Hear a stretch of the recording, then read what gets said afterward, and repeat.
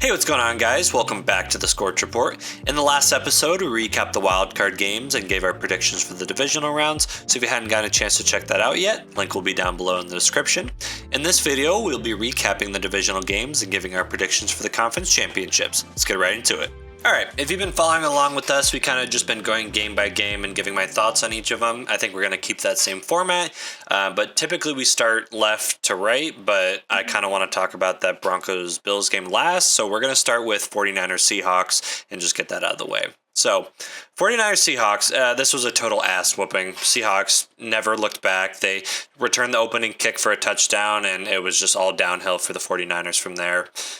I wanted to predict that this game would go like this, but I was too scared because of what happened in the Panthers-Rams game. But yeah, the 49ers stood no chance. Injuries piled up, and I mean, I'm pretty sure Christian McCaffrey even left in this game, but I don't think it really mattered whether or not he played. The Seahawks just took it to him on all three levels: special teams, offense, defense. There's just not much to say just because the 49ers never stood a chance. It was total domination from start to finish. And yeah, the Seahawks are clearly the best team in the playoffs, I think, and they really showed it in this game. So that's all I really got to say about it. All right, moving on. Bears-Rams. This game was definitely a lot better than Seahawks-49ers. Went to overtime, and it came down to the last play. A 33-yard field goal by the Rams to win this one. I think it all came down to the turnovers, like it did for a lot of these divisional round games. Texans-Patriots was all about the turnovers. Bills-Broncos was all about the turnovers. 49ers-Seahawks was about turnovers, but it was just a total ass whooping anyway. But yeah, 3 interceptions. You can't throw 3 interceptions and expect to beat a team led by this Matthew Stafford and Puka Nacua-led offense. It just isn't going to happen for you. I don't think Bears should hang their heads too late on this one. Just because I think they were ahead of schedule as far as their rebuild goes, and Caleb Williams obviously has done a lot of good developing, and he's still got a little bit to go, but I think the future is bright here in Chicago, so it's a tough one to lose for sure, especially losing on a last-second field goal where you feel like you should have had this one. But like I said, I think the future is bright moving forward. You got your head coach. You got your franchise quarterback. You got a lot of great pieces on offense. Colson Loveland has been amazing down the stretch here. And yeah, like I said, everything should be fine for them moving forward. As far as the Rams go, they didn't play their best game. Stafford had a really tough time getting into a rhythm here. I think Puka Nacua only had like 57 receiving yards. Yeah, they got to be better than that if they want to beat the Seahawks next week, because they are the best team in this playoffs, and that defense is going to be a lot tougher than this Bears defense. But great game nonetheless, and the Rams are moving on. All right, as we move on over to the AFC side of things, Texans-Patriots. Man, the Texans should have had this game. That defense was humming on all cylinders. They had Drake May scrambled up all game, and CJ Stroud was the main reason they lost this game. 4 interceptions, I think 2 fumbles.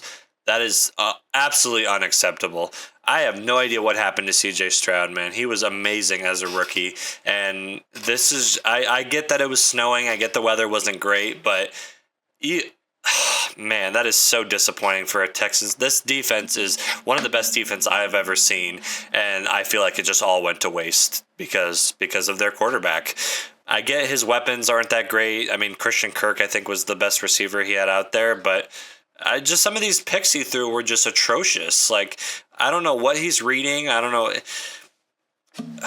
I get the offensive line isn't great. It's really not. And like I said, we kind of gave the same excuses for Herbert, but I just think this game is unacceptable from him. And I can't help but to also blame the Texans partially for this. I think that they've kind of messed up his development with how they just have continued to ignore the offensive line. And like I said, partially his fault, but at the same time, like, you can't throw your rookie quarterback out there and just give him no help on the offensive line. He's going to get skittish. He's going to, make bad reads under pressure because he thinks he's getting pressured all the time. And yeah, I think it's a failure on both CJ's end and a failure on both organizations' end as well. Obviously, don't want to harp too much on the Texans and give some credit to the Patriots. They made plays when they needed to. Marcus Jones, a bad guy to throw an interception to, I'll tell you that.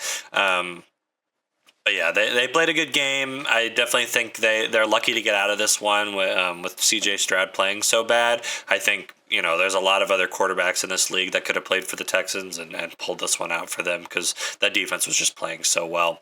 As far as the Patriots go moving forward, they got to limit the turnovers. I know, like I said, Drake May was getting beat around the edge, or Will Campbell was getting beat around the edge. I'm sorry.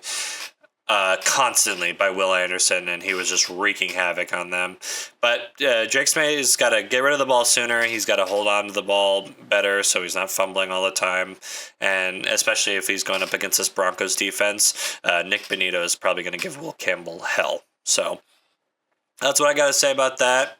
Tough loss for the Texans. I guess they got to run it back next season and hope the defense plays just as well.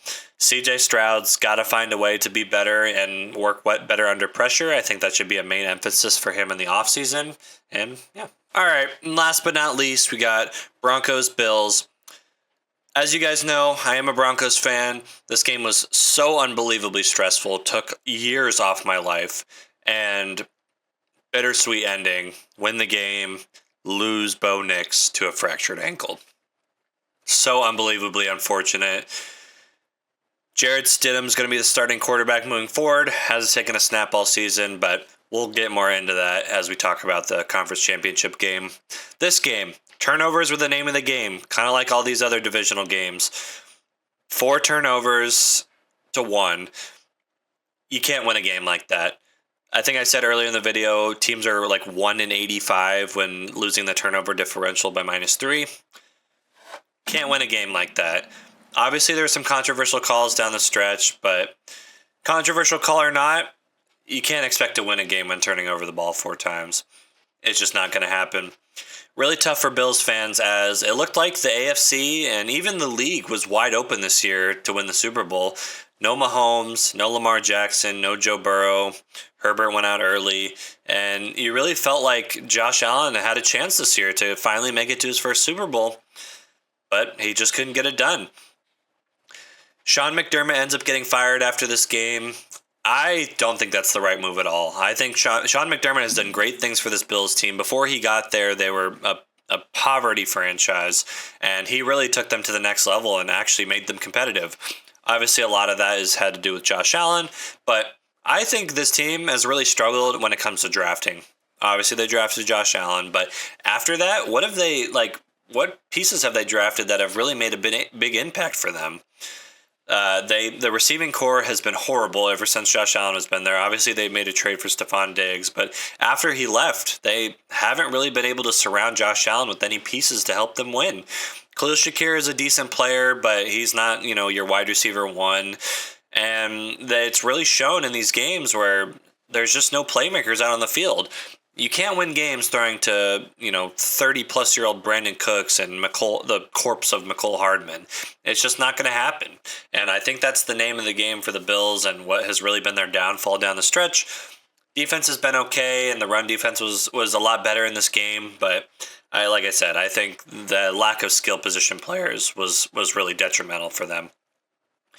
Broncos moving on. I think they got to do a lot better running the ball in the next game if they really want to help Stidham. They weren't very efficient running the ball in this game, and the skill position players have got to catch the ball. Cortland Sutton has had some drop issues lately. He's really got to fine-tune that and get locked in for this next game. But we'll jump right into that one because there's not really much else to say about this one. All right, we'll jump right into Broncos-Patriots. Like I said, it's going to be a tough match, especially with Jared Stidham at quarterback, who has taken 1 snap all season, and I'm pretty sure it was a kneel down. So he hasn't thrown a pass all season. He is, I think, the only backup quarterback in the NFL that hasn't. I guess it just worked out that way. Bo Nix was healthy all season, and then here we are. When it matters most, he goes down. Totally unfortunate.